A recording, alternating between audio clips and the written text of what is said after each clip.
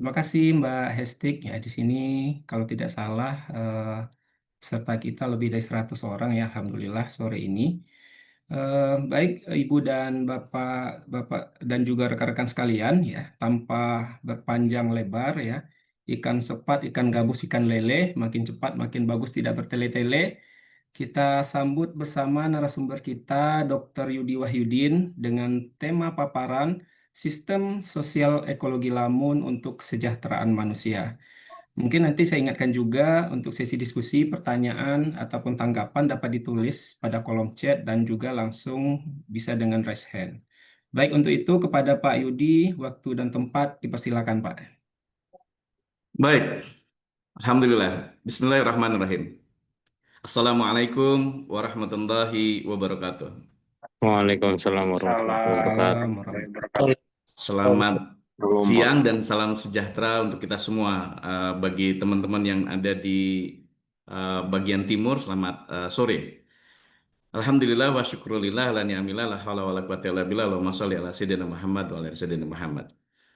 Eh, Rekan-rekan sekalian, izinkan saya untuk menyampaikan pengalaman dari yang saya punya selama selama ini begitu ya, dari sejak menangani konteks apa namanya terkait dengan ekosistem lamun ini sampai detik ini. Jadi udah lumayan panjang. Saya memulai konsentrasi di bidang di bidang sosial ekologi Lamun ini itu sejak tahun 2014 sebetulnya. Ketika diminta oleh kopromotor saya, Profesor Lucky Adrianto untuk menjadi salah satu eh, apa namanya, salah satu mahasiswa S3 yang ikut di dalam penelitian beliau sehingga kemudian menjadi sebuah disertasi. Saat ini saya diminta sesuai sebetulnya dengan apa yang menjadi disertasi saya terkait dengan sistem sosial ekologi Lamun untuk kesejahteraan manusia. Nanti saya akan membahas pendekatan terkait dengan sistem sosial ekologi ini dilihat dari kacamata jembatan yang menghubungkan antara sistem ekologi dengan sistem manusia. Dilaksanakan virtual platform tanggal 10 Oktober ini. Ini sekilas kurikulum saya, sebagaimana tadi disampaikan oleh Mas Tommy. Betul bahwa Mas Tommy ini adalah salah satu junior saya di ekonomi kelautan tropika. Dulu ekonomi sumber daya kelautan tropika namanya. Saya 97 lulus S1, sosial ekonomi perikanan, 2005 saya lulus S2, ekonomi sumber daya kelautan tropika, dan 2017 saya lulus ekonomi kelautan tropika di S3 di IPB, semuanya di IPB. Nah, terakhir saya mendapatkan penghargaan dari Kementerian Lingkungan Hidup dan Kehutanan waktu itu pada acara LAIK sebagai akademisi pendukung kinerja kementerian sebagai ahli valuasi ekonomi sumber daya laut dan pesisir. Uh, kita akan mulai dengan konteks bagaimana kita menerjemahkan bahwa pesisir dan laut itu mempunyai jasa yang sangat luar biasa terhadap kesejahteraan manusia secara keseluruhan. Which is di dalamnya itu ada ekosistem lamun. Kalau kita lihat rekan-rekan sekalian, saya sambil unjuk ya pakai laser. Di sini ada ekosistem mangrove, kemudian di sini ada ekosistem lamun, di sini ada ekosistem terumbu karang, di sini ada ekosistem pelagik. Kalau rekan-rekan yang di IPB terutama yang pernah diajarkan oleh Profesor Lucky tentu akan mengerti bagaimana sistem pelagik ini bermain menjadi konektivitas atau menjadi belt atau menjadi apa eh, apa ikat pinggang seperti itu ya, yang mengikat seluruhan dari ketiga ekosistem ini. Nah, ketiga ekosistem ini memberikan dampak yang sangat luar biasa bagi kesejahteraan manusia dalam berbagai hal. Kita mengenal ini sesuai dengan yang disampaikan oleh Millennium Ecosystem Assessment, di mana membagi ke dalam 4 kategori atau 4 klasifikasi, di mana salah satunya adalah sebagai provisioning services, ya, provisioning services. Di sini dinyatakan bahwa the ocean provide food security through protein from wild caught fisheries. Nah, nampak sekali bapak-bapak dan ibu sekalian, hadirin yang dirahmati Allah Subhanahu wa taala. Di sini kita lihat bahwa catch fisheries itu diperoleh sebagai upaya untuk menghadirkan pendapatan yang diperoleh oleh nelayan. Nah, tentu saja ketika kita bicara catch fisheries ini, berbagai macam ikan ada hadir di situ. Dan laut menyiapkan keberadaan sumber daya ini. Sedangkan di dalam konteks ilmu perikanan kita mengetahui bahwa laut itu menginginkan atau diperlukan yang dinamakan dengan carrying capacity. Nah, carrying capacity ini bisa di-endorse dengan tentu saja ekosistem pesisir dan laut yang sangat luar biasa. Salah satunya bagaimana carrying capacity dihadirkan oleh mangrove misalnya, dihadirkan oleh lamun dan juga dihadirkan oleh terumbu karang. Secara keseluruhan tentu akan kita tahu bahwa habitat services di situ salah satunya supporting services, bahwa di situ tempat memijah, kemudian tempat nursery, kemudian tempat mencari ikan. Ada spawning ground, ada nursery ground, dan juga ada feeding ground. Nah, selain ini tentu saja menghadirkan rekreasi, kesempatan untuk rekreasi. Nah, di mana salah satunya adalah bagaimana kehadiran ini itu bisa memberikan kemampuan kepada masyarakat untuk bisa menyediakan apa? Menyediakan perahu dan sebagainya agar supaya orang yang menginginkan untuk bisa memancing di sekitar pesisir dan laut itu bisa di-provide. Nah, tentu saja terkait dengan ini recreation fishing ini juga sudah saya jurnalkan ya di Ecological Economic terkait dengan ini.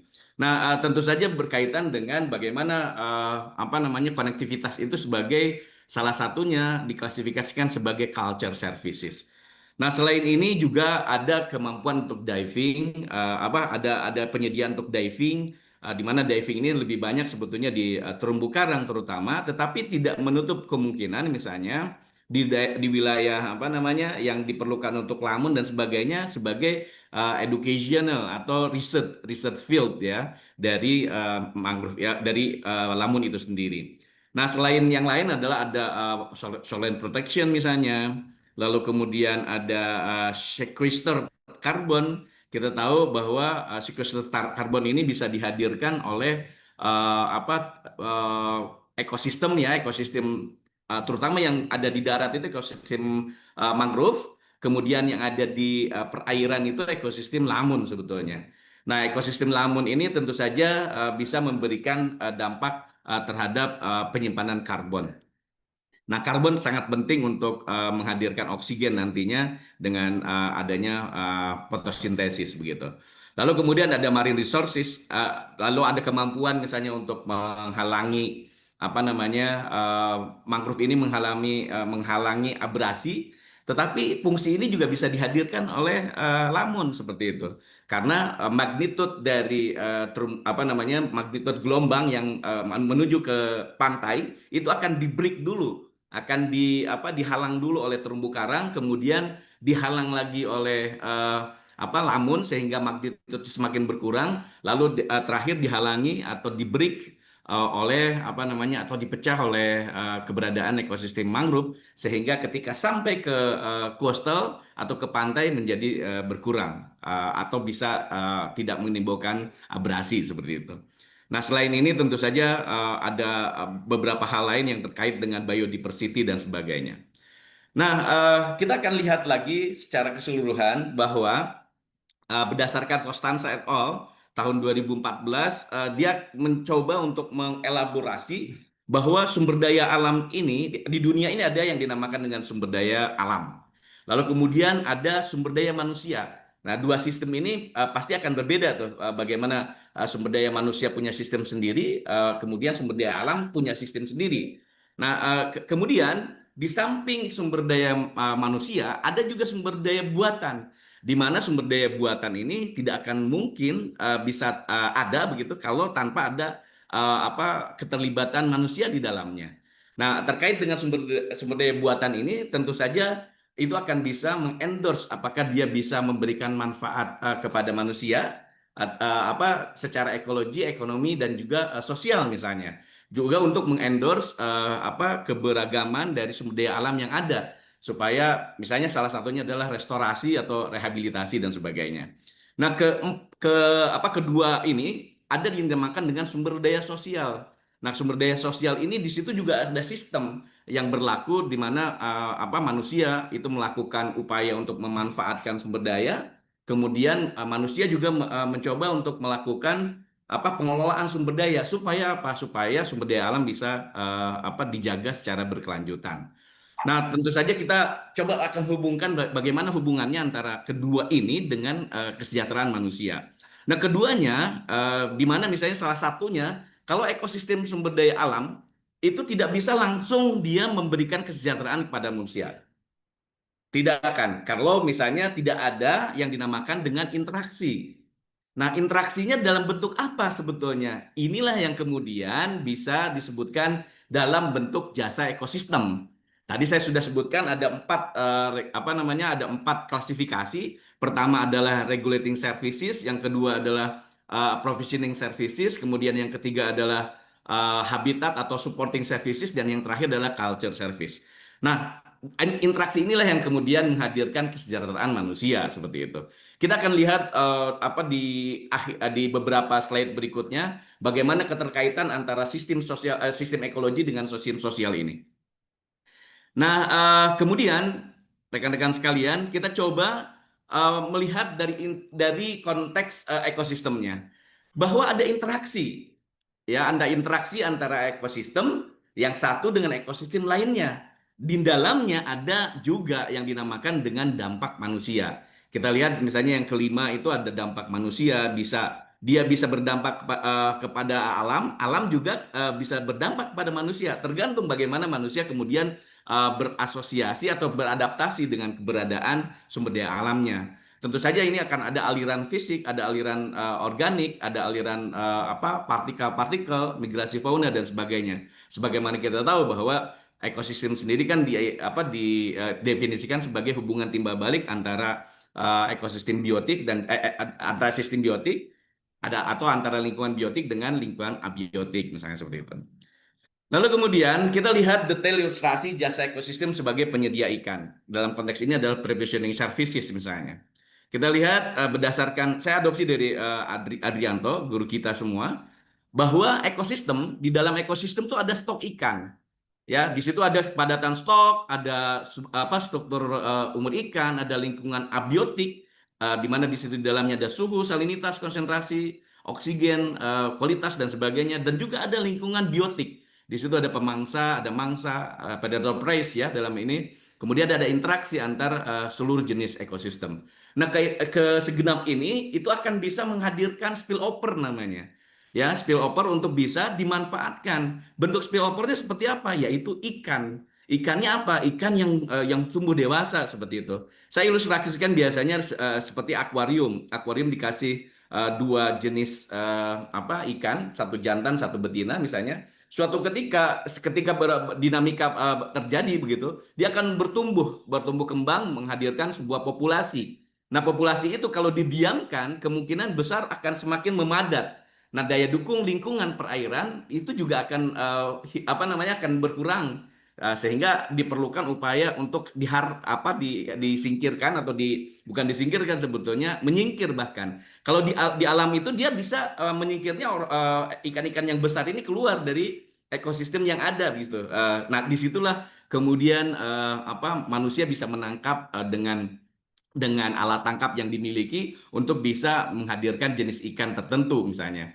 Ada ukuran, ada jenis, ada umurnya, yaitu dengan penangkapan. Nah, disinilah kemudian rekan-rekan sekalian, bagaimana permintaan konsumen itu bisa memberikan manfaat atau dalam bentuk moneter begitu ya dihadirkan dari sisi ikan ini. Disitulah kemudian interaksi di dalamnya hasil tangkapan ini menghadirkan sistem manusia yang kemudian apa namanya dilihat dari sisi upaya penangkapan ini dengan sistem ekologi yang bisa dihadirkan oleh ekosistem, termasuk di dalamnya adalah ekosistem lamun. Nah, kita coba melihat dari sisi perspektif berbeda, apa sih sebetulnya itu lamun? Lamun ini, anakku sekalian, anakku jadinya, hadirin sekalian, begini. Saya pernah menyampaikan ini dalam sebuah forum begitu. Kenapa dinamakan lamun? Orang bertanya-tanya, termasuk ada di situ ada apa Pakiswara. Pakiswara ini salah satu apa kalau rekan-rekan sekalian searching Wawan Kiswara begitu, pasti akan melihat begitu bahwa beliau adalah salah satu apa referensi lamun di Indonesia seperti itu. Sekarang masih ada dan saya masih berkolaborasi dengan yang bersangkutan untuk bisa membantu lingkungan hidup menghitung nilai kerusakan atau nilai kerugian akibat misalnya reklamasi dan di situ ada lamun misalnya maka nilai lamunnya itu kerusakannya dan sebagainya itu dilihat begitu. Nah ini salah satu upaya yang kemudian bisa dihadirkan bahwa lamun itu memberikan apa memberikan manfaat sebetulnya tapi ketika diganggu dia akan kehilangan jasanya. Nah waktu itu kenapa? Ternyata ada anekdotnya begini, ada perbedaan antara seaweed dan seagrass. Terkenal duluan adalah rumput laut. Rumput laut itu terkenal duluan. Rumput laut itu karena dia apa namanya bentuknya seperti apa namanya rumput juga sebetulnya gitu yang ngelihatnya. Jadi dikenal pertama kali seaweed ini sebagai rumput laut. Padahal belakangan kemudian muncul ada seagrass. Nah, karena nomenklatur apa namanya seaweed ini sudah digunakan untuk rumput laut, orang apa namanya saya bilang sama Pak Wawan begini, Jangan-jangan Abah saya bilangnya, Bah Wawan, jangan-jangan waktu itu Abah ngalamun." Maka sesuai nih apa bahasanya tuh ngelamun gitu. Kalau bahasa Sunda tuh ngalamun. Dia orang Sunda, Pak Wawan Keswara itu orang Sunda, sambil terkekeh begitu. Bisa jadi Kang Yudi, sambil bilangnya Akang gitu ya. Nah dia menyampaikan begini, ngalamun, ngalamun itu dia memikirkan begitu. Apa yang harus diberikan menjadi nama dari apa dari seagrass ini? Seagrass itu kalau diartikan kan pasti rumput laut begitu. Tapi kemudian rumput laut kan udah dipakai untuk seaweed gitu. Seagrass kita dia ngalamun, ngalamun gitu, memikirkan ngalamun tuh memikirkan. Ini hanya anekdot saja. Akhirnya kemudian disepakatilah lamun. Tapi biar bagaimanapun bisa jadi itu seperti itu. Cuman saya tidak bisa menunjukkan apa namanya buktinya begitu ya bahwa Pak Wawan itu sambil tersenyum bisa jadi Kang Yudi ya, bisa jadi ya seperti itu. Nah, ini ada anekdot sedikit ya. Terus kemudian Sigras itu sendiri bisa kita lihat itu di antara 13 yang ada di dunia 10-nya itu ada di Indonesia. Bahkan beberapa apa teman-teman katanya nggak 10, ada 11 justru malahan. Nah, seperti itu. Nah, kita lihat lagi bagaimana kontekstualitas apa Sigras ini bisa berhubungan dengan ekologi begitu. Nah, kita lihat rekan-rekan sekalian, bagaimana tidak bahwa Sigras ini sebagai habitat atau supporting services dari biota yang lain seperti itu. Karena apa? Karena tempat feeding misalnya. Ada biota yang kemudian berinteraksi dengan itu. Kita tahu ada dugon, ya dugon-dugon gitu. Terus kemudian ada ikan baronang, ikan apa? Kemudian ada penyu dan sebagainya. Kemudian ada ikan-ikan tertentu. Nah ini semua itu hadir di ekosistem lamun seperti itu. Nah, kehadirannya bisa terlihat secara keseluruhan bagaimana interaksinya dari mulai di bawah begitu, di akar-akar dan sebagainya, itu menghadirkan ada detritus, kemudian detritus dimangsa oleh plankton begitu, baik itu plankton atau fitoplankton, kemudian fitoplankton atau plankton dimakan oleh predator kecil yang lain, sampai akhirnya predator yang lebih besar itu memangsa. Nah, disinilah sekali lagi ada proses ekologi di dalamnya. Nah, kita lihat lagi, kita lihat jenis apa lamun sebarannya seperti itu ya. Bagaimana sebarannya ada di Indonesia. Nomor satu itu adalah Sumatera, Jawa, Bali, Kalimantan, dan terakhir adalah Irian Jaya. Dulu Irian Jaya namanya ya. Ini Saya ambil dari ada Hartog, ada Hutomo, dan juga ada Dahuri et al. Kita lihat semuanya ada di sana. Berbagai jenisnya. Yang paling apa dominan itu jenis di Indonesia yang semuanya hampir ada di Indonesia begitu. Itu banyak begitu. Ada Haludole Uni Nervis misalnya, Haludole pinifolia, sampai kepada yang terakhir itu Thalassia hemprici misalnya. Nah, T13 ini bisa ada di Indonesia seperti itu sebarannya. Nah, kita lihat lagi bagaimana karakteristik habitat lamun. Itu bisa dibaca sendiri dulu ini ya. Mas Romi, saya berapa menit? Lupa saya. Sampai jam berapa?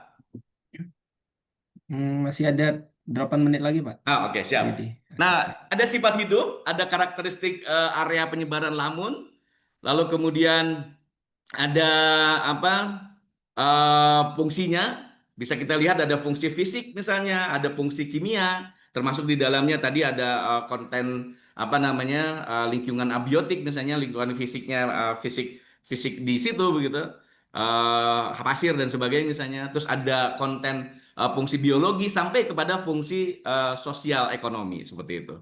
Nah, ini saya sarikan dari berbagai macam apa namanya ini.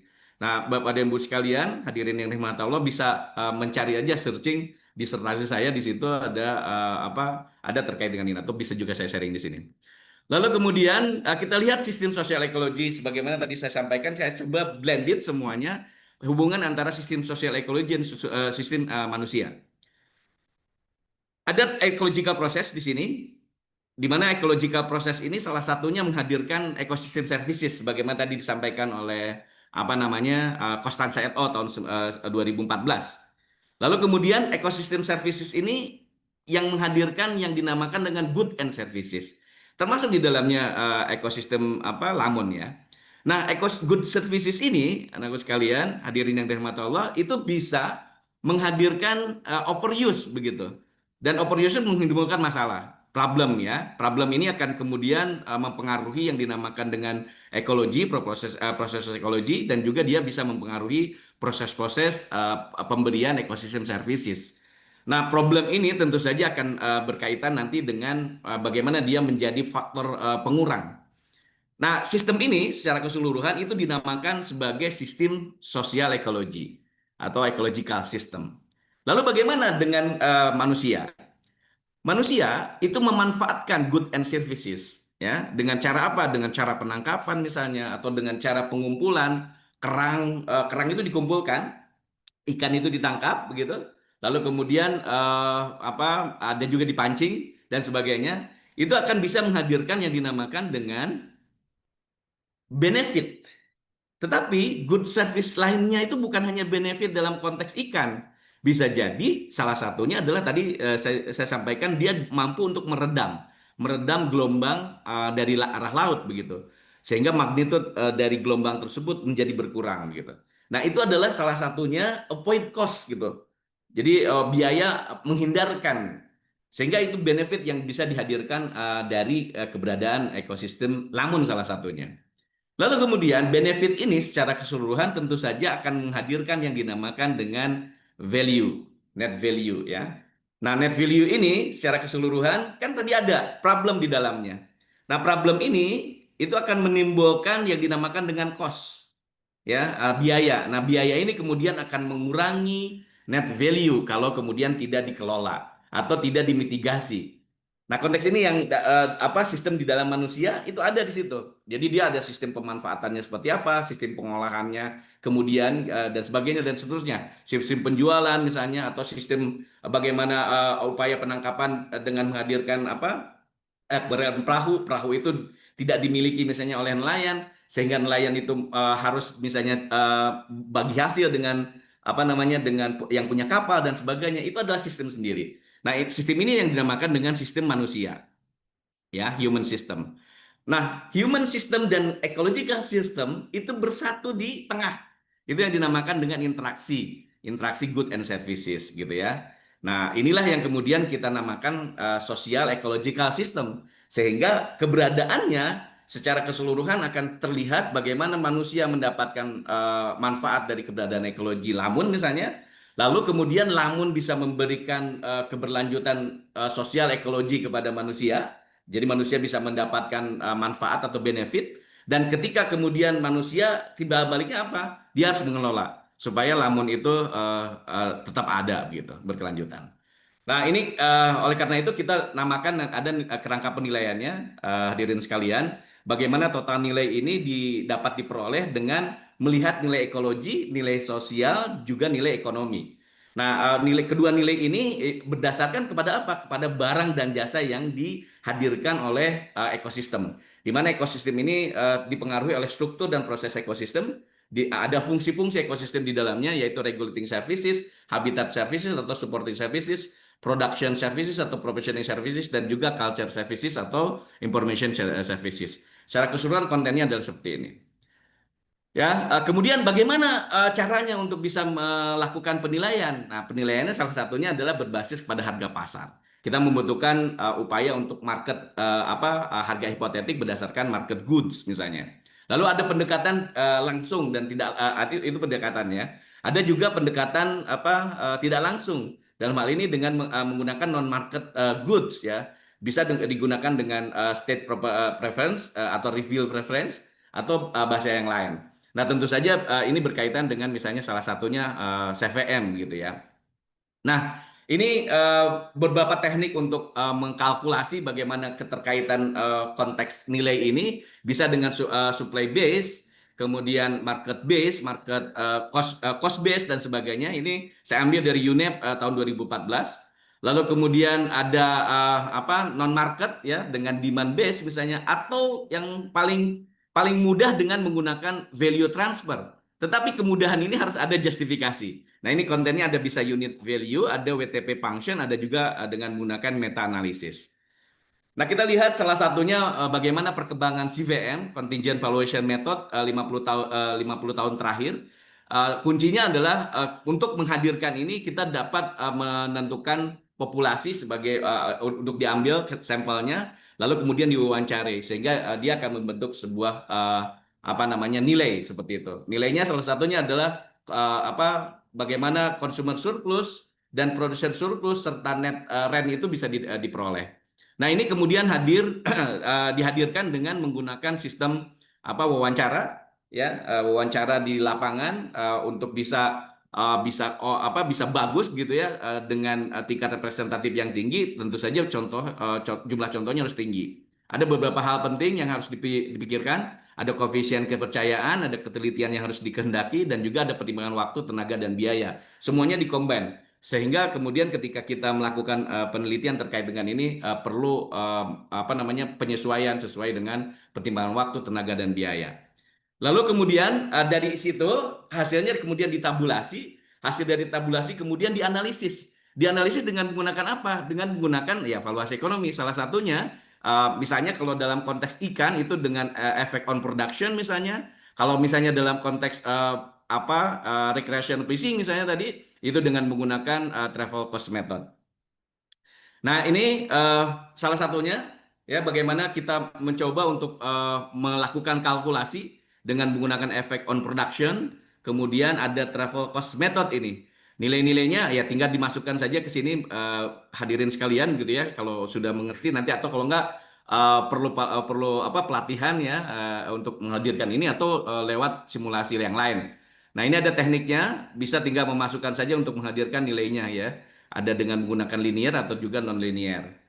Lalu kemudian kalau kita menggunakan teknik CVM dengan benefit dengan WTP misalnya willingness to pay, kita harus ke masyarakat gitu ya untuk bisa mendapatkan nilai kemampuan membayar, kesediaan membayar dari masyarakat terhadap keberadaan lamun misalnya. Atau dengan teknik BTM yang tadi disampaikan terakhir ya, ada point transfer, ada unit transfer, ada meta analisis. Kita tentu saja ada berbagai pendekatan nilai benefit internasional untuk dilokalkan atau benefit lokal untuk bisa berbasis kepada point transfer ini misalnya.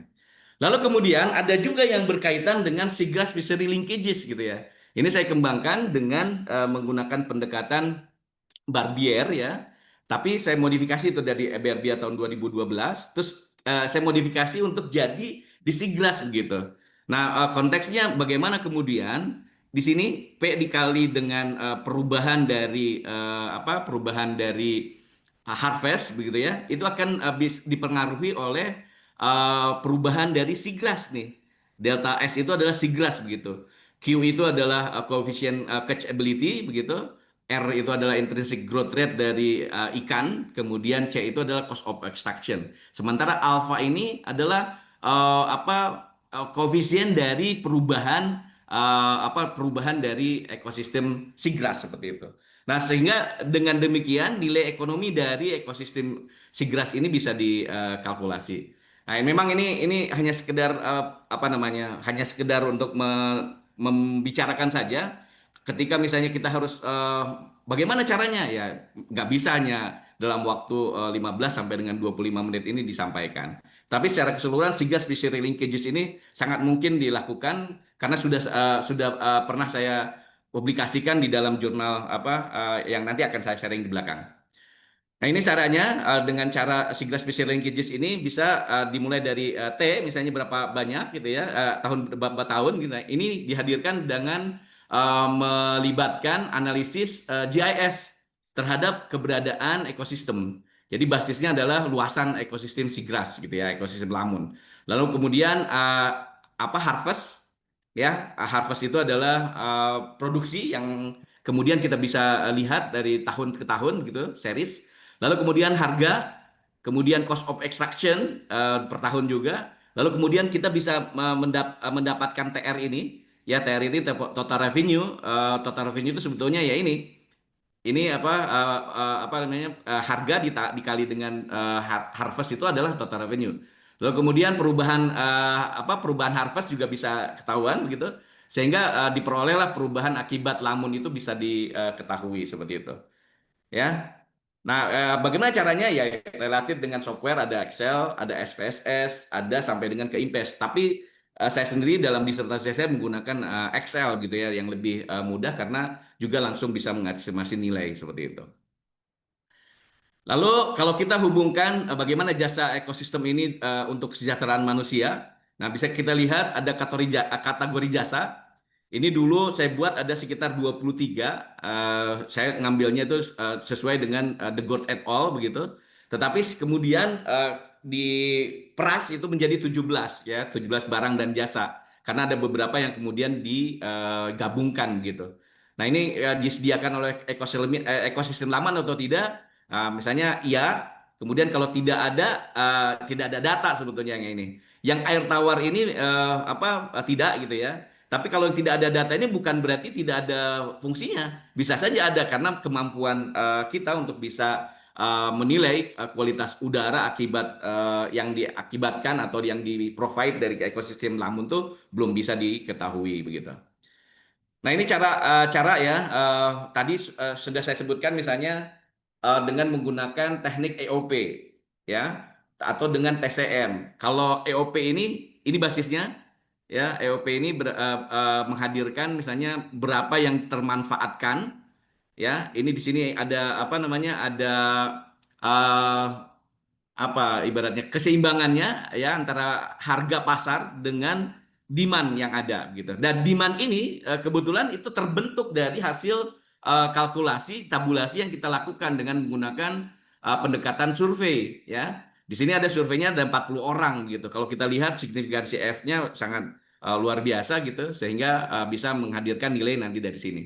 Begitu juga untuk yang misalnya dengan menggunakan teknik ini yang linier, lalu ini yang non linier. Nah, keduanya bisa dilihat ya caranya akan ada di tempat yang tadi sudah saya sebutkan. Nah, kalau misalnya untuk yang ini adalah yang TCM begitu. TCM saya basisnya ada 30 responden begitu. Kita lihat nilainya bahwa satu kali misalnya bisa menghadirkan sekitar 7 juta karena kontennya bukan hanya datang saja tetapi juga untuk bisa memancing dan sebagainya ya sehingga nanti juga akan bisa terlihat. Nah, ini kemudian nilai ekonomi dari ekosistem lamun yang saya sampaikan di dalam disertasi saya. Eh, Nilai ikan ini saya dapat dari effect on production gitu ya walaupun di sini dibilangnya BTM tapi sebetulnya EOP. lalu kemudian ada apa namanya siklus nutrien. Bukan siklus nutrien tapi produksi primer ini dengan menggunakan keterkaitan gitu. Lalu kemudian CVM dengan untuk menghadirkan nilai-nilai hubungan ini kecintaan akan suatu tempat begitu. Lalu kemudian dengan menggunakan TCM untuk bisa mendapatkan nilai rekreasi memancing gitu. Nah, kita bisa lihat secara keseluruhan konteks-konteks ini ada gitu ya dan bisa dihitung. Nah, sehingga dari ekosistem ini ternyata hasil disertasi saya menyatakan nilai total ekonomi jasa ekosistem itu mencapai 1,62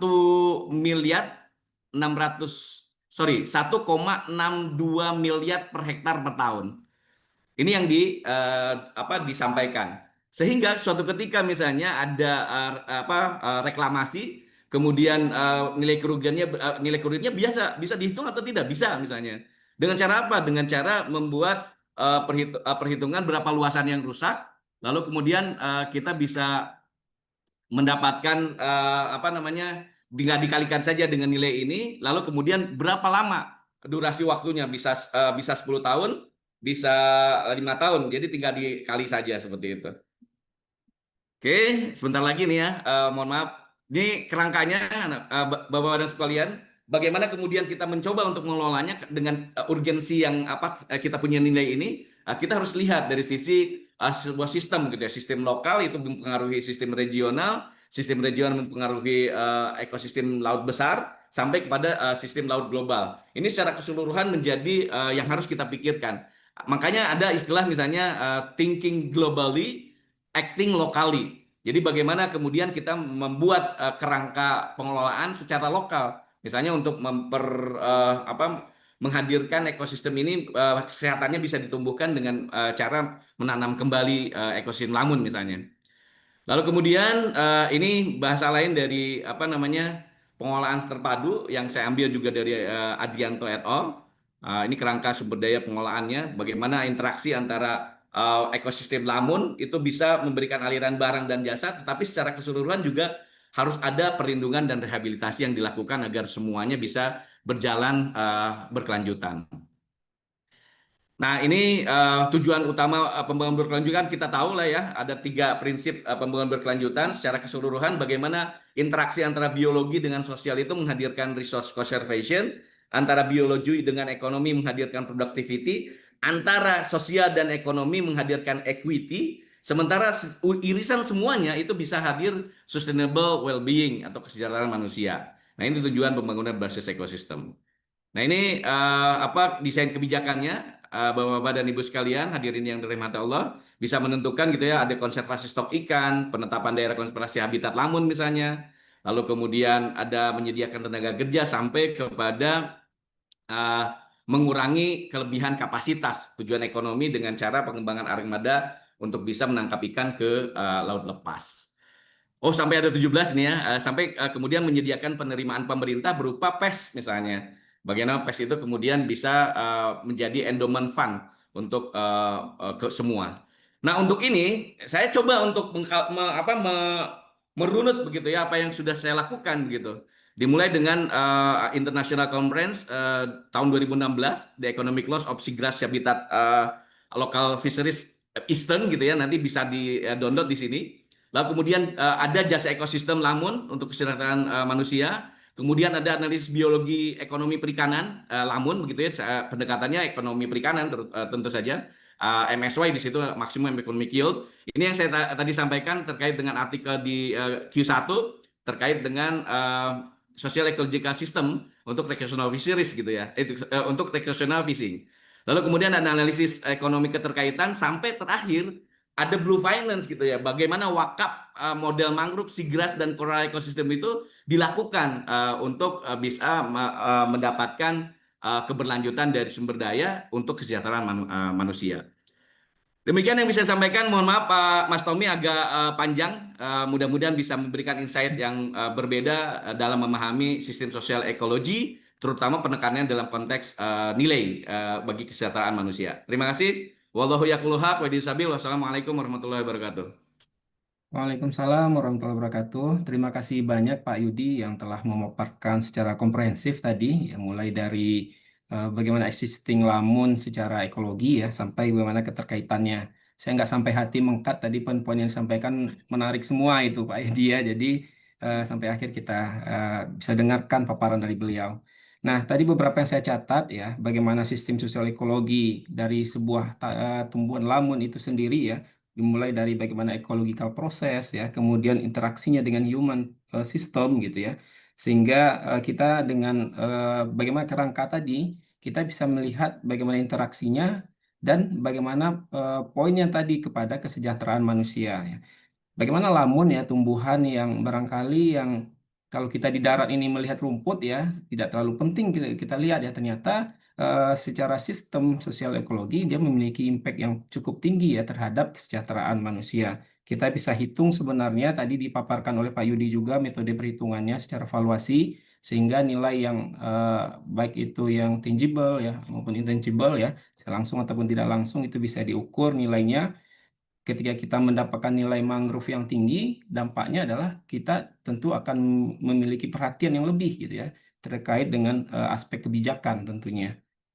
Baik, Bapak Ibu, ini memang kita langsung masuk ke acara diskusi. Jadi pertama di kolom chat ini Pak Yudi sudah ada pertanyaan dari Pak Fauza Bahtiar Alim ya, saya bacakan. Selamat siang Pak Yudi, saya ingin bertanya terkait bagaimana mengkuantifikasi jasa ekosistem lamun terhadap sosial budaya masyarakat pesisir dalam kerangka SES.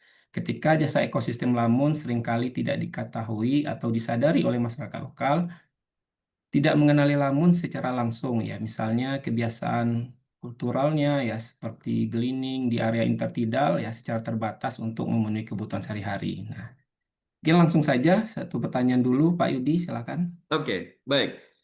Terima kasih Mas Tommy. Jadi ada konten sosial yang kemudian bisa dikuantifikasi sebetulnya. Walaupun ini belum sebetulnya saya lakukan.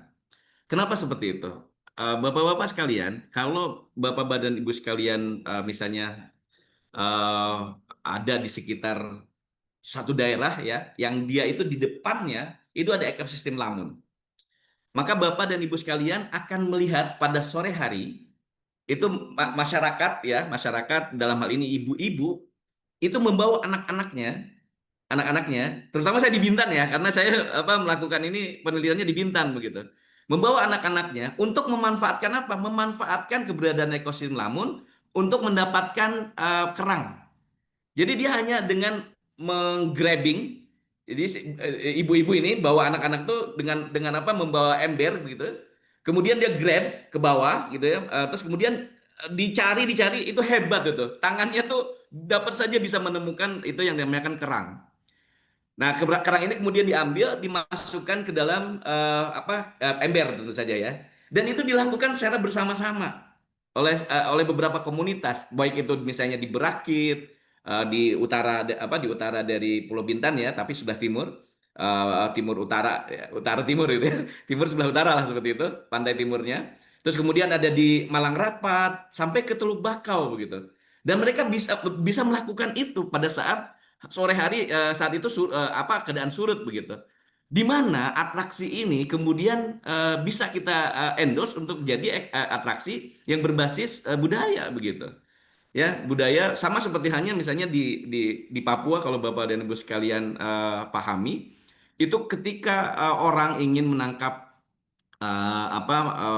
biota dan sebagainya, satu keluarga dia bawa kemudian membuat seperti saung di tempat tertentu begitu untuk memanfaatkan biota yang ada di satu area mangrove. Itu juga nilai budaya. Artinya ada di situ konteks bagaimana mereka membuat ke waktu dan sebagainya itu bisa bersama-sama di sana. Bagaimana mengkuantifikasinya? Sebetulnya sangat mudah sebetulnya. Disitulah ada yang dinamakan dengan willing to willing together gitu ya. Bahasanya bisa jadi gitulah. Willing together itu bahasa yang sangat luar biasa. Ya, sama seperti hanya begini bapak-bapak dan sekalian. Yang punya anak pasti sekarang mengalami ini. Kalau dulu yang udah punya anak besar ya, kalau dulu misalnya anak-anak kecil itu masih kita bawa sesuai dengan kemauan kita mau kemana. ya kan? Tapi sekarang gitu ya, bisa saja menolak loh. Anak kita itu yang sudah besar segala macam itu masih apa bisa menolak ngapain ke sana gitu seperti itu. Itu kenapa? Itu karena ada konteks apa namanya sosial yang berbeda begitu. Karena ada konteks yang berbeda. Sehingga nilai itu kemudian bisa juga dikuantifikasi. Caranya seperti apa? Nanti saya juga akan pikirkan gitu ya. Tapi prinsipnya nilai kebersamaan itu bisa dikuantifikasi dengan melihat apa keinginan together tadi itu. Dia menghabiskan waktu apa menghabiskan sejumlah uang misalnya untuk bersama-sama. Ya, tadi yang di Papua itu kan dia bersama-sama satu keluarga, sama-sama terus melakukan apa namanya eh, waktu tertentu, kemudian dia ada banyak yang biaya yang harus dikeluarkan itu juga bisa dihitung. Prinsipnya sangat memungkinkan untuk bisa dihitung. Tadi siapa Mas siapa ya? Seperti itu Ya, Mas Romi, bisa? oke. Baik, dari Pak Fauza Bahtiar Alim. Mungkin dari Pak Fauza gimana Pak? Ada tanggapan mungkin? Pak Fauza Bahtiar gimana? Masih ada ya di Zoom. Oke, jadi termasuk dalam MEA itu ada cultural services ya, Pak Yudi ya, Services, perhitungannya. bisa. Oke, siap. Betul. Jadi istilahnya itu willing together, willingness together, Willing together. willingness Oke, together value. Itu siap, bahasa siap. saya sekarang nih namanya. Baik, dari Pak Fauza mungkin belum ada ini tanggapan, mungkin sudah cukup. Selanjutnya Ya, masih di chat ini Pak Yudi ya. dari mana nih? Dari Mbak Vanessa. Mbak Vanessa mau bertanya langsung atau gimana nih? Mbak Vanessa-nya ada? Oh, oke. Kalau nggak lanjut dulu ke Mbak Red. Oh, ada nih. Ada ya. Dari Redlina ya, Bu Redlina ya. Adakah unsur hara yang terkandung dalam sedimen lamun dapat mempengaruhi jumlah karbon yang dihasilkan oleh lamun? Ya, Adakah yang pernah melakukan penelitian? Nah, ini lebih ke ya. ekologikal nih Pak Yudi. Silakan Nggak Pak apa-apa, Yudi nggak kalau masalah. bisa informasi. Jadi saya sendiri belum pernah melakukannya. Tetapi Mm-mm. ada banyak sebetulnya teman-teman yang di BRIN terutama gitu ya, itu pernah melakukan itu. Jadi memang justru carbon storage itu adanya banyaknya justru di akar-akarnya gitu. Di sedimen gitu ya. Sehingga ketika mau menghitung jumlah karbon itu harus di-coring dulu tuh. Harus di-coring sampai ke dalam walaupun itu juga akan berpengaruh juga secara ekologi ya. Setelah itu kemudian dibersihkan baru kemudian diabu lalu kemudian di apa namanya dihitung karangnya tuh seberapa. Dengan metode tertentu nanti akan bisa ketahuan tuh persatuan hektarnya itu berapa. Itu sangat mungkin dilakukan. Hanya saya memang Oke, belum pernah melakukan penilaiannya. Tapi secara keilmuan itu melalui tadi ya dengan sistem coring terus kemudian dihitung dia mewakili apa melalui satu luasan tertentu dari hasil situ kemudian dapat volumenya gitu ya terus kemudian setelah itu dibersihkan kemudian diarang tuh mesti di apa dibakar tapi bukan diabu lah untuk jadi abu nah kerang apa yang tersisa itu akan abunya tuh itulah karbon sebetulnya nah karbon kemudian ditimbang nanti akan ketahuan gramnya berapa dalam waktu 1 hektar itu berapa gitu yang diperoleh. Itu sangat memungkinkan Mas Romi. oke, Seperti itu. masih mungkin kan. Ya. Tadi ada yang raise hand juga, Pak Pasya. Silakan Oke. Pak. Pak Pasya, mungkin bisa bertanya langsung sebelum kita bacakan pertanyaan di chat selanjutnya. Bentar Pak, lagi ajan Pak. Apakah kedengaran suara saya Pak? Terdengar, terdengar. Oke Pak, Oh, pertanyaan saya mungkin nggak terlalu kompleks Pak. Soalnya Ya. saya juga kurang kurang inilah kurang mengerti soal lamun. Pertanyaan Ya. saya begini Pak. Bentar Pak. Menurut Bapak, sejauh mana pemanfaatan lamun di Indonesia Pak? Dan apa kebijakan khusus yang telah diambil pemerintah untuk memanfaatkan lamun ini Pak? Mungkin Oke. itu aja sih Pak. Terima Terima kasih kasih Pak. ya. Jadi seingat saya dulu ada beberapa masyarakat atau komunitas terutama di Bintan, sorry, mohon maaf, bukan di Bintan tapi di Serang itu melakukan upaya untuk mengambil seagrass itu sebagai makanan ternak. Gitu ya. Cuman memang dalam jumlah sedikit sih sebetulnya. Tapi apa pemanfaatannya sangat memungkinkan. Jadi diambil si gelasnya, kemudian dicuci begitu. Kan biasanya yang orang peternakan sangat tahu ini. sapi itu sangat luar biasa akan giroh makannya tinggi kalau agak sedikit dikasih garam, betul nggak? Itu coba di ini deh. Nah, ini kalau misalnya kemudian diambil dari apa dari seagrass itu sangat memungkinkan juga. Tapi itu hanya beberapa komponen saja ya. Terus kemudian ada juga yang dilakukan penganyaman dan sebagainya. Tetapi secara keseluruhan yang paling memungkinkan saat ini adalah menganggap bahwa ekosistem Lamun itu sebagai daerah konservasi, Mas Pasha. Ya, bagaimana membuat dia menjadi kawasan konservasi sebagaimana dilakukan oleh Kabupaten Bintan tuh, membuat apa ruang khusus jadi kawasan konservasi dan spillover dari kawasan konservasi itu berupa ikan. Karena biar bagaimanapun produktivitas tertinggi dari perikanan itu ada di Lamun, ya, ada di Lamun begitu. Bayangkan begini, kan tadi kan sudah saya sebutkan zonasinya tuh. Ada di pinggir pantai itu mangrove, di tengah ada Lamun, agak ke tengah lagi itu ada terumbu karang. Nah, Lamun itu sebagai transit. Jadi dari terumbu karang dia bermainnya ya nursery-nya itu salah satunya ke Lamun tuh. Resident indeksnya walaupun resident indeksnya bahasanya indeks lama tinggal di sana itu sampai besar tuh berapa lama gitu ya. Tapi sebagai dari ekosistem terumbu karang ikannya itu jatuh ke Lamun. Demikian juga dari mangrove. Bayangkan dia menjadi kota transit tuh dari biota-biota yang ada sehingga produktivitasnya paling tinggi. Sehingga teman-teman yang ada misalnya apa namanya eh, nelayan-nelayan tradisional itu banyak dia memanfaatkan justru dapat ikannya banyaknya di ekosistem Lamun. Seperti itu. Ya, ada apa ada bawal sorry bukan bawal eh Astagfirullah, Siganus. Siganus itu kakap ya. Ada kakap merah, ada kakap putih dan sebagainya itu banyak berinteraksi di sana. Ya, kakap merah itu biasanya di apa di terumbu karang, kakap putih itu biasanya bermain di apa mangrove begitu. Tapi ada di ekosistem Lamun. Seperti itu, Mas Pasha. Itu Pak. Selanjutnya pertanyaan saya yang kebijakan Pak. Kebijakan Oh, pemerintah apa sih yang udah saat ini iya saat kebijakannya. ini? Iya Pak. Saat ini kebijakan yang dilakukan oleh pemerintah adalah membuat baku mutu kerusakan. Sudah dilakukan Hmm, sejak tahun 2000, saya silap 2022 2002 atau 2004 begitu. Nah, itu salah satunya. Jadi mekanismenya seperti itu supaya apa? Supaya ada apa namanya? referensi hukum. Jadi misalnya begini, ketika dia itu Silamon akan direklamasi, maka kewajiban orang yang melakukan reklamasi itu mengganti dengan cara bisa jadi dengan cara mengganti dua hal gitu ya, kehilangan jasanya, lalu kemudian juga mengganti restorasi di tempat yang lain seperti itu.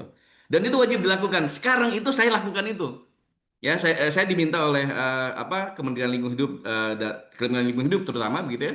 Kalau ada kasus misalnya yang direklamasi, di situ ada lamun, maka dihitung tuh bagaimana hitung kehilangan jasa ekosistem, berarti kan overtime begitu. Lalu bagaimana dia menumbuhkan kembali. Berarti kalau direstorasi berarti kan dia akan menghadirkan jasanya sehingga misalnya tadinya overtime keseluruhan bisa hilang, irreversible menjadi ada begitu. Nah, sehingga apa namanya kehilangannya itu menjadi sedikit.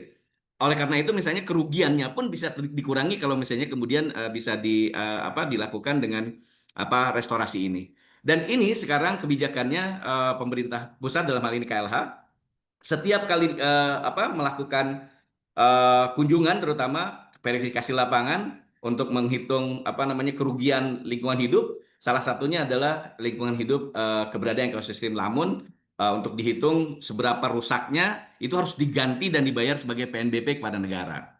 Seperti itu. Nah, selain PNBP kepada negara, kehilangan yang lain berupa misalnya apa namanya harus diganti dengan restorasi di tempat bisa di tempat itu atau dia di tempat yang lain sehingga ekosistem lamunnya bisa bertumbuh kembali dan memberikan jasa manfaat. Seperti itu. Saat ini apa yang dilakukan pemerintah seperti itu. Saya juga ada hadir di situ di dalamnya. Makasih Mas Basa. Ya. Terima kasih Mas Pasha dari UPI. UPI Serang ya, Mas Pasha. iya Pak, betul Pak. Oke, ya ada Pak Hartanto juga di sini. Nah, Pak Yudi ya menarik ya bagaimana tadi Lamun ternyata kalau kita bicara Lamun juga ada linkage-nya dengan ikan ya, produktivitas Ya, perikanan ya sehingga banyak hasil riset menunjukkan ya di mana ada lokasi mangrove yang dominan ya di situ juga produktivitas ikannya juga tinggi. Nah, Barangkali ini adalah spillover daripada lamun itu sendiri. Ya, Kemudian kita masih ada waktu ini Pak Yudi untuk ini beberapa yang masih banyak penasaran ini Pak Yudi tentang siap. materi kali ini. Mungkin nanti setelah sesi pertanyaan ini kita kalau ada dari pihak KKP yang hadir juga BPSPL Padang tadi saya catat juga hadir gitu ya DKP Kepri mungkin bisa juga memberikan sharingnya ya baik terkait dengan regulasi yang ada saat ini ataupun perkembangan-perkembangan di instansi kementerian ataupun di instansi daerah. Kita lanjutkan ini Pak Okto dari di Ya, kolom chat. saya Pak sudah Okto baca nih. mau bertanya langsung atau mau saya bacakan saja nih Pak Okto? Nah, ini dari Pak Okto, Ya, saya apakah baca sendiri, Mas. penentuan, iya boleh Pak Yudi ya. Ya, jadi pertanyaan yang pertama, penentuan valuasi ekonomi atau nilai ekonomi. Secara keseluruhan, memang penilaian ekonomi itu harus komprehensif begitu. Jadi tidak boleh berdiri sendiri. Yang dilakukan adalah dengan melihat data ekologi. Apa data ekologinya ya? Tutupan tutupan lamun begitu ya. Biasanya presentase dengan menggunakan transek, sistem transek gitu ya. Kita harus hitung dulu itu untuk memperkenalkan atau menunjukkan bahwa kualitas dari lamun yang kita apa valuasi itu sudah ketahuan. Itu yang pertama. Tetapi bisa juga kita menggunakan pendekatan tidak primer. Jadi Mas Tommy, dengan cara kita melihat misalnya atau mencari sekunder lewat jurnal dan sebagainya di daerah tersebut, itu bisa kita jadikan sebagai dasar gitu. Misalnya berapa persen yang ada di sana, jenisnya apa segala macam itu sebagai bahan kita apa namanya bahan kita untuk memvaluasi bahwa valuasi yang kita lakukan itu berdasarkan kondisi karakteristik ekosistem lamun di tempat. Itu satu. Yang kedua, tentu saja harus dengan wawancara. Karena bahasa bahasa kita kan bahasa bahasa apa bahasa primer begitu ya. Wawancaranya dengan menggunakan apa? Tadi kalau misalnya ekosistem lamun itu bisa menghadirkan ikan atau biota lain yang bisa diambil, maka dengan menggunakan teknik EOP ya, effect on production misalnya.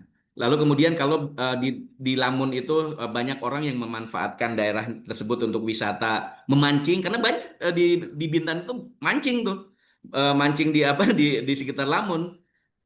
Dengan cara apa? Dengan cara kita menggunakan TCM misalnya. Lalu kemudian kalau bagaimana masyarakat itu terlibat atau merasakan keberadaan dari ekosistem Lamun, kita menggunakan CVM. Nah, kombinasi teknik ini kemudian bisa membangun sebuah nilai bersama.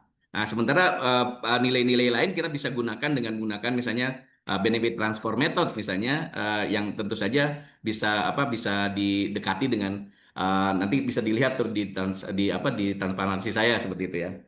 Itu yang pertanyaan pertama. Kemudian pertanyaan kedua, apakah jasa dan valuasi ekosistem lamun bisa diestimasi secara temporal dampak aktivitas manusia? Sangat bisa. Jadi Bapak dan Ibu sekalian gak usah khawatir. Ternyata keberadaan yang sekarang itu sangat luar biasa adalah keberadaan Google Earth ya. Google Earth saja bisa bisa kita setting temporalnya. Jadi waktu waktu sekarang seberapa, berikutnya berapa dari sisi kacamata luasan misalnya. Itu bisa bisa dijadikan sebagai alat kita untuk menghadirkan perubahan itu sebagai apa namanya perubahan nanti dihubungkan dengan berapa perikanan yang kemudian apa namanya terdampak dari akibat itu sangat mungkin ya dan termasuk juga degradasi lamun kalau di sini kan degradasi itu ya. Misalnya tadi saya sampaikan begini. Kemarin saya ke Bintan, Mas Tommy kan tahu ya, di Bintan itu ada reklamasi. Nah, di reklamasi tersebut kan bisa kita buat tuh. Sebelum reklamasi itu ekosistem lamunnya seberapa? Seberapa luas? Ya kan? Dengan kondisi saat itu seberapa tutupannya dan sebagainya. Lalu kemudian setelah reklamasi, itu luasan lamunnya menjadi berapa? Nah, berarti kan ada change di situ, ada perubahan. Nah, perubahan itu bisa dihitung menjadi kerugian lingkungan. Menjadi kerugian lingkungan hidup akibat kehilangan jasa ekosistem lamun seperti itu. Sehingga degradasinya sangat mungkin untuk bisa dihitung nilai kehilangannya. Seperti itu Mas Tom ya untuk Terima kasih Pak Pak Okton. Yudi. Tadi mungkin sebelum lanjut nih saya penasaran juga kalau menggunakan metode benefit transfer yang disampaikan tadi, ada Ya, kriteria nggak lokasinya misalnya yang ya karena kan ini peluang biasnya cukup tinggi gitu ya kalau ya, kita asal-asal ngambil gitu ya. Ada betul. pertimbangan apa kira-kira Pak Yudi? Pertimbangan paling utama itu yang paling terdekat dulu, ya. Pertimbangan yang paling terdekat dahulu. Misalnya kita mau cari nilai eh, di Rio, misalnya di Rio atau di Kepri lah ya, di Bintan misalnya. Cari di Bintan ya, Pak. Di Bintan udah banyak. Di Batam misalnya, cari di Batam. Cari di mana dulu misalnya. Eh, Letaknya di Sekupang, maka cari yang terdekat. Bisa di Rempang atau di mana. Kalau misalnya ada, ya ada. Kalau sudah begitu, tinggal kita juga melihat kondisi ekologinya, karakteristik ekologisnya. Sehingga ini akan memungkinkan untuk bisa di value transferkan. Bukan hanya value transfer. Transfer itu bisa bisa tiga, bisa dua kan. Ada point transfer, nilai unitnya, ada function transfer. Jadi yang ditransfer itu fungsinya begitu. Ya, fungsi misalnya setiap kali kehilangan mangrove kehilangan mangrove. Jadi kehilangan lamun 1 hektar bisa mengurangi produktivitas ikan seberapa kilo misalnya. Nah, itu bisa kita ambil fungsi itu gitu. Nah, itu makanya apa function transfer. Seperti itu, Mas Romi, sangat insya Allah Oke. sangat memungkinkan Oke, siap. untuk itu. Terima kasih, Pak. Ya, Sebelum kita lanjut pertanyaan yang di chat, kita beri kesempatan yang sudah raise hand, Pak Doni Juliandri dari Unpad. Silakan, Pak Doni, pertanyaannya. silakan Mas Doni. Ya, terima kasih Pak Moderator. Selamat siang Pak Yudi. Salam kenal. Ya, sore. Pak, di paper Bapak, di slide Bapak cerita tentang interaksi manusia dengan ekosistem ya. Nah, Ya, pertanyaan saya, eh, pentingnya peran masyarakat lokal dalam pengelolaan eh, lanjutan itu seperti apa Pak ya? Lalu gimana, yang gimana? pertanyaan Mohon kedua, diulangi. pentingnya peran masyarakat lokal untuk pengelolaan ekosistem lamun seperti apa? Oke, Yang pertanyaan kedua, apakah ada kewenangan paling tinggi itu kewenangan pemerintah pusat kan Pak ya? ya, Nah, pertanyaan saya, nggak kedengeran Mas Tommy. Putus-putus ya. Putus-putus. Iya, Bisa diulang, Pak Doni? Putus-putus. kalau yang pertama ketangkep sama Pertanyaan saya. kedua, ya, mohon diulangi. yang kedua, untuk konektivitas Pak, konektivitas kewenangan ya Pak ya? Kan pemerintah pusat tuh memegang kendali Pak ya untuk peraturan lamun dan mangrove dan terumbu karang. Nah, pertanyaan saya apakah Perda untuk peraturan daerah misalnya kabupaten ingin mengelola implementasi ekosistem lamun itu apakah bisa Pak untuk mencapai pengelolaan lamun berkelanjutan gitu Pak? Ya, oke, tangkap saya. Baik, yang Terima kasih pertama, Pak. peran dari lokal community itu sangat penting ya, sangat penting dan dia akan menjadi bukan hanya sebagai subjek untuk pengelolaan, tapi juga dia jadi objek juga gitu. Karena misalnya gini, keberadaan ekosistem lamun itu kan memberikan manfaat yang langsung dirasakan oleh local community, ya. Walaupun sebagian yang lain kadang-kadang mereka tidak menganggap keberadaan ekosistem lamun itu penting begitu.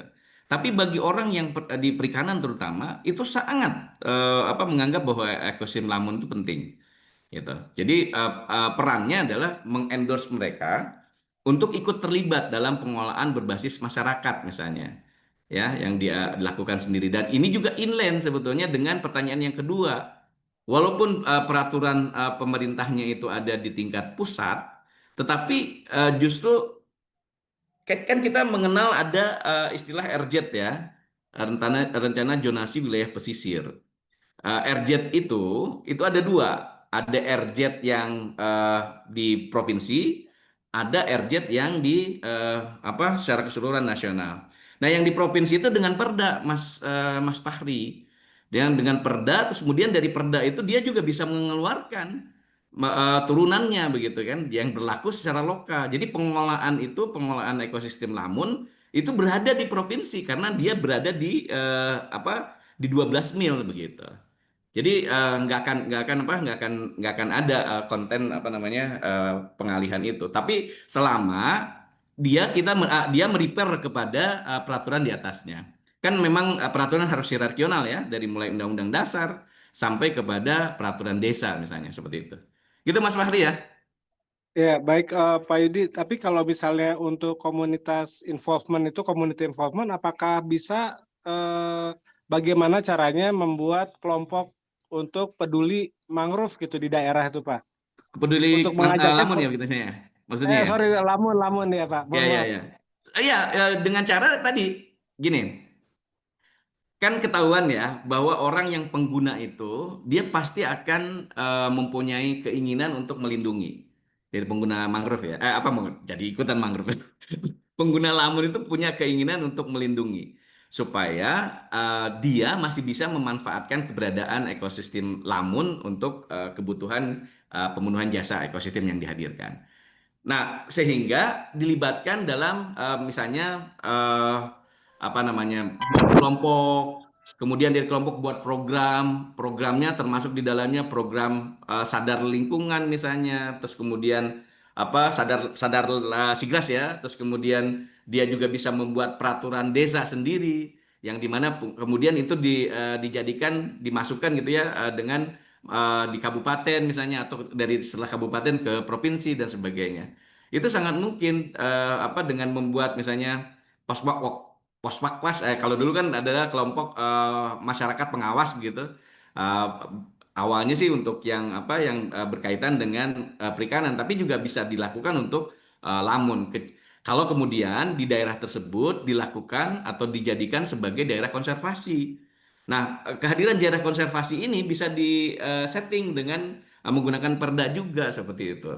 Ya, kemudian dari perda diminta ke nasional untuk bisa dimasukkan ke dalam komponen konservasi level nasional dengan mengakuisisi yang dari kabupaten dari provinsi. Seperti itu Mas Eh, Sobat dari. Baik Pak Yudi. Ini Ya. sekali lagi Pak, satu lagi aja. Saya Ya. kemarin dari Pulau Biawak Indramayu Pak. Ah, I Nah, know. Ya. saya ngelihat KKLD di Pulau Biawak itu kan ada Ya. zona inti lamun Pak ya. Namun ya. Setelah saya observasi ternyata tidak ada lamun Pak di sana. Jadi zona itu kayaknya dulunya Nah, ada lamun tapi sekarang udah nggak ada. ya. Nah, dan di sana kan di Pulau Biawak tidak ada masyarakat yang tinggal ya. Nah, jadi Ya. gimana cara untuk merencanakan untuk membuat kelompok masyarakat peduli lamun di Pulau Biawak gitu, Pak. Oke. Jadi gini. Ini kan dinamika ya. Tadi juga ada yang bertanya terkait dengan spasio temporalnya begitu ya. Justru malahan bagus ini. Kok bisa sudah berubah begitu? Orang saya datang tahun 2014 masih ada kok. Saya datang ke Pulau Biawak tuh tahun tahun segitu tuh. Terus 2014. sampai 2019 sorry, sampai 2017 atau 2018. Oke. Tapi waktu itu fokusnya ke ke apa dive untuk ini untuk wisata selam ya, terumbu karang sebetulnya. Tapi di sana Ya ada, baik, baik. masih ada walaupun spot-spot tidak membentuk apa sporadis lah, hanya ada sebagian, tidak bisa dikatakan sebagai ekosistem karena kecil memang, kecil ininya ya. Tapi keberadaan biawak itu di sana menentukan, memperlihatkan juga ada keterhubungan begitu dengan keberadaan itu. Jadi kalau menurut saya bisa jadi harus kita ini dulu. Waktu itu kita fokusnya memang hanya ke terumbu karang sehingga missing dengan yang lamunnya. Kalau kemudian dikaji ulang historical ininya apa historical eh spasial temporalnya untuk keberadaan lamun tuh menghilang sejak kapan gitu, itu bisa ditelusuri. Bisa jadi Ya, waktu baik. itu ada perubahan besar pengambilan muatan pasir yang ada di Pulau Biawak untuk jadi reklamasi di Balongan misalnya. Itu sangat mungkin Iya, tuh untuk iya Pak. reklamasi Iya. Balongan sehingga terjadi penggusuran dan sebagainya yang tadinya harusnya banyak lamun menjadi enggak. Misalnya seperti itu Mas Mas siapa? Iya, Ya, Doni Pak. ya Mas Doni. Baik. Seperti itu Mas Makasih Pak Doni. Yudi. Ya, mangga, Makasih Pak mangga. Yudi. Ya, Makasih Terima Mas kasih Darto. Pak. Iya, Assalamualaikum. Pak Doni. Waalaikumsalam. Salam wabarakatuh. Ya. Baik, Pak Yudi, jadi sebenarnya kita dijadwalkan untuk sesi ini sampai 15.25, Pak Yudi. Artinya Siap. 9 menit lagi. Ya, sementara di chat Ya, saya lihat masih banyak nih pertanyaan dengan topik Pak Yudi ini. oke. Mungkin 5 menit bisa di ini kan Pak Yudi. Mungkin Pak Yudi bisa pilih, ya minta tolong Pak Yudi pilih beberapa pertanyaan. Tadi beberapa sudah dijawab juga saya lihat gitu ya, mana yang Oke. akan diangkat. Oh iya, ini banyak tentang valuasi ya. Apa valuasi, valuasi, valuasi semua. Jadi nanti searching saja di dalam nanti apa namanya di ini saya Mas Tommy ya itu ada apa riset gate saya itu ya tinggal langsung cari aja valuasi ekonomi secara keseluruhan bisa diambil dari situ. Sangat mungkin untuk orang saya disertasinya juga tetap ada valuasi ekonomi apa lamunnya kan seperti itu ya bisa bisa diambil dari situ. Eh, apa itu satu ya untuk valuasi. Kemudian metode-metodenya sama, Bapak silahkan ambil di cari gitu ya di apa di searching misalnya Yudi Wahyudin valuasi ekonomi gitu bisa keluar tuh atau masuk ke riset gate saya. Terus dalam konteks pembangunan berkelanjutan, bagaimana seharusnya trade-off? Oke, mantap. Jadi eh, secara keseluruhan Mas Mas Fabio ya, Mas Fabio Ryan Abdillah. Kalau kita mau jujur-jujuran begitu, ya memang kita harus buat bagaimana apa namanya membandingkan dengan urusan konservasi dan pembangunan. Kita tidak apa namanya, tidak memungkiri bahwa pembangunan butuh apa namanya, ruang butuh pembangunan dan semuanya berkaitan dengan ekonomi. Ya. Ruang untuk konservasi juga untuk ekonomi. Ekonominya yang bagi keberlanjutan masyarakat. Pembangunan itu juga ekonomi, membangun kemudian ada masyarakat ya. Tetapi pada kuncinya adalah harus yang jadi panglima itu keberlanjutan. Keberlanjutan tuh apa? Ya tiga tadi kan ada konteks sosial, ada konteks ekonomi, ada konteks ekologi. Oleh karena itu, yang paling tepat kemudian bahasa saya ya, Mas Tommy juga sering mendengar ini sebetulnya bukan cost benefit analisis biasa. Jadi bukan hanya CBA biasa, ya, tapi harus ada extended cost benefit analysis. Kenapa harus ada extended cost benefit analysis? Karena kita mau menginternalisasi eksternalitas. Jadi kalau pembangunan misalnya, taruhlah misalnya kita bicara terkait dengan eh, apa namanya reklamasi di Teluk Jakarta, ya, reklamasi di Teluk Jakarta kan debatable kan terkait dengan itu. Terus bagaimana kita menentukan mau reklamasi atau tidak? Ya cari, lakukan cost benefit analysis.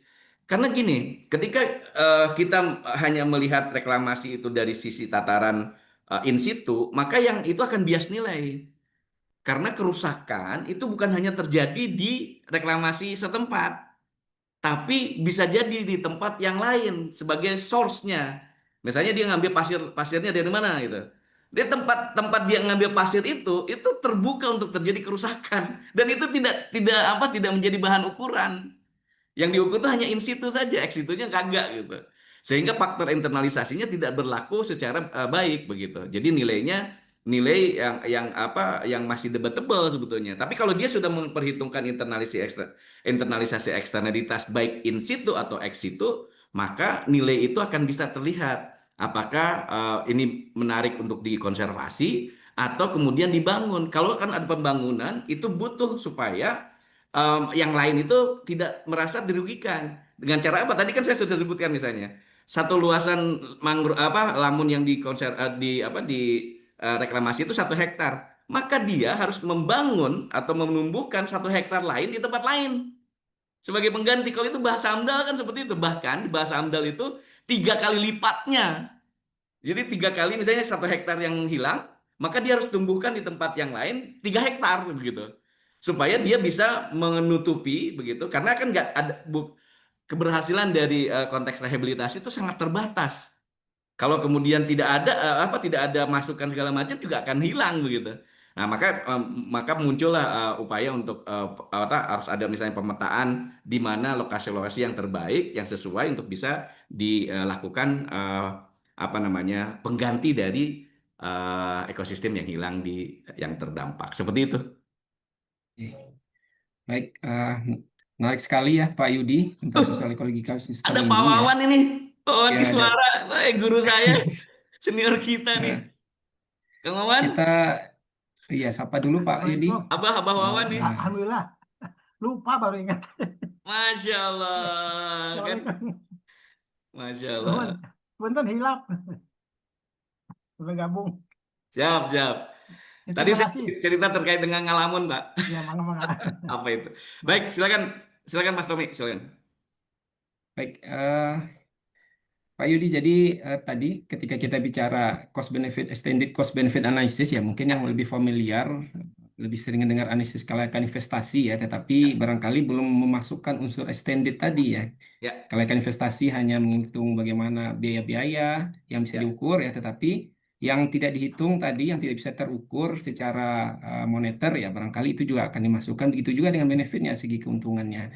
ya, Nah, kemudian sebelum kita tutup ini barangkali ada yang dari eh, DKP Kepri, kemudian dari BPSPL Padang ataupun dari wilayah timur. Kalau ada yang ingin memberikan tanggapan ataupun ada statement, silakan Bapak Ibu dari instansi pemerintah pusat ataupun beberapa stakeholder kita di acara ngelamun ini kita berikan kesempatan 2 menit. Ada? Pak Irsam, mungkin dari DKP Kepri ada yang mau disampaikan, Pak? Pak Irsam, atau dari BRIN, Pusat Oceanologi ya namanya sekarang, yang baru. Pak Triyono misalnya, ada yang ingin disampaikan, Pak Triyono?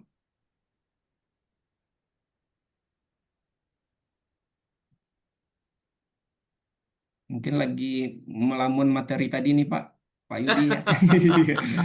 Oke, mendalami bukan ngalamun, betul, melamun, ngalamun mendalami materi. ya, mendalami materi tadi. Eh, baik, Bapak Iya, Ibu semua, ya,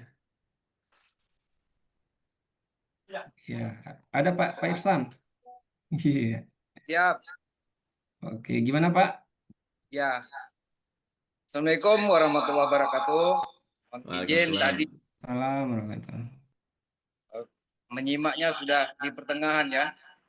Pembahasan ini sangat menarik nih, mengingat wilayah Provinsi Kepulauan Riau terdiri dari sebagian luas wilayah yang mayoritas laut. Padang Lamun merupakan satu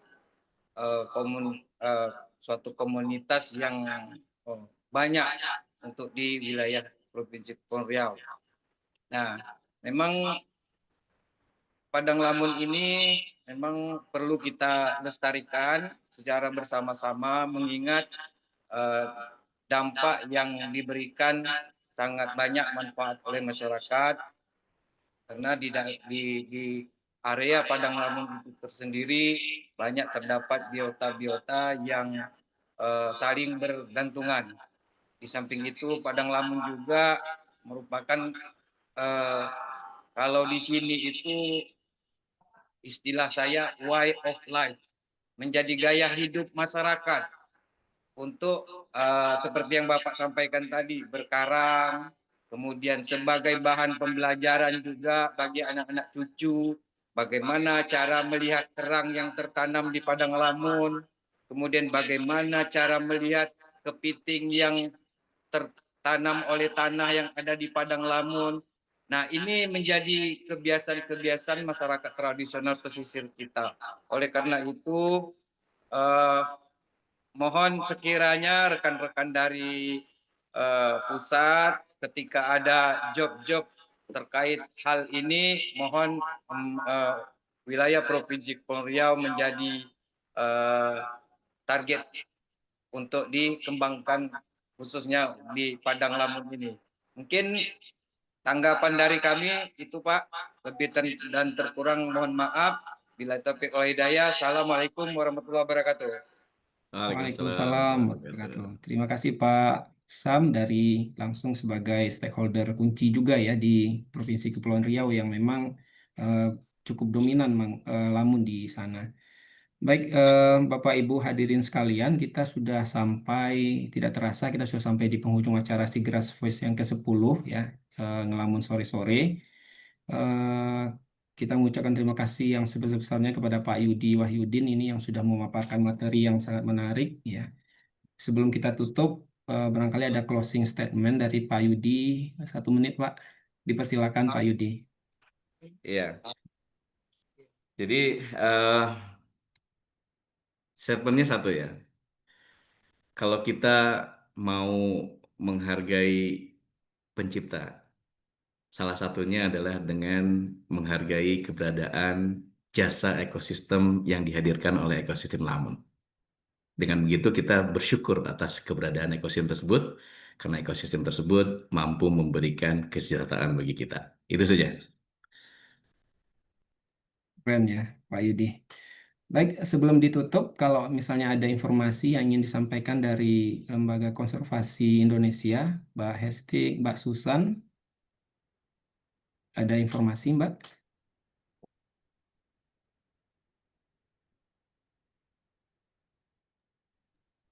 Sudah cukup, Pak Tommy. Oke.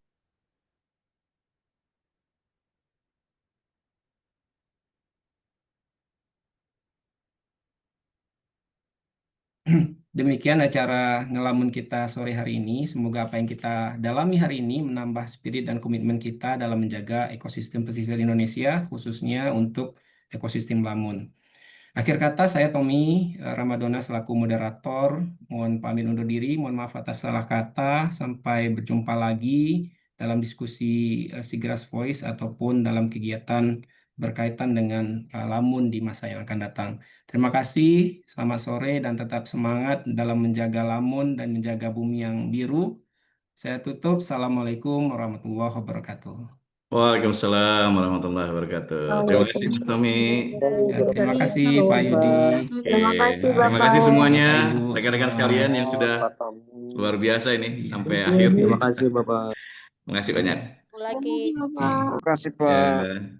Selamat, Terima alhamdulillah. kasih Terima Bapak. kasih, Alhamdulillah Bapak. Pak Wawan, guru kita nih. Alhamdulillah. Terima kasih banyak.